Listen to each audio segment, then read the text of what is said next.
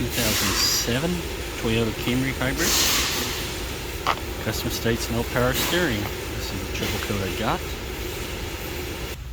What you want to check is this fuse here. I believe you'll have to take this whole fuse box assembly off. But if you look inside of there, it's going to be, you got one, two, third one. If you look over here, see if I can get you into it. Those two there.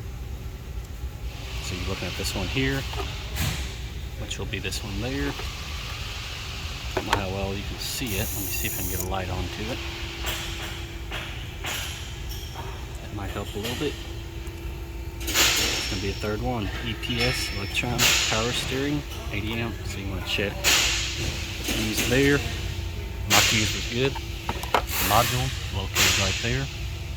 I had to take the air box off, 10mm clip here. I did have to take the tray off, 10mm inside.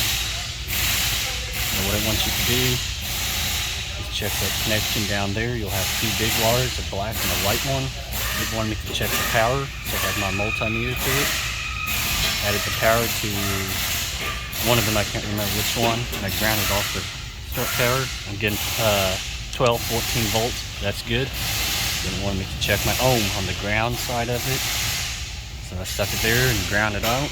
I'm getting about 1 ohms, which is normal. So that tells me that it's not a wiring issue. So I had to replace this whole part. You do have to take the whole wiper tray off. Got a 10 there, a 10 there, and a 10 there. Like I said, you got these connected there. Somebody's going to probably ask, I had to take a little flat blade screwdriver, push towards me, this will unplug. Same thing with this one there. I had to pull upwards on it for it to come off of there. And if you need the part number, don't know how well you can see it. Looks like 89650333961 or 061. This is the old one.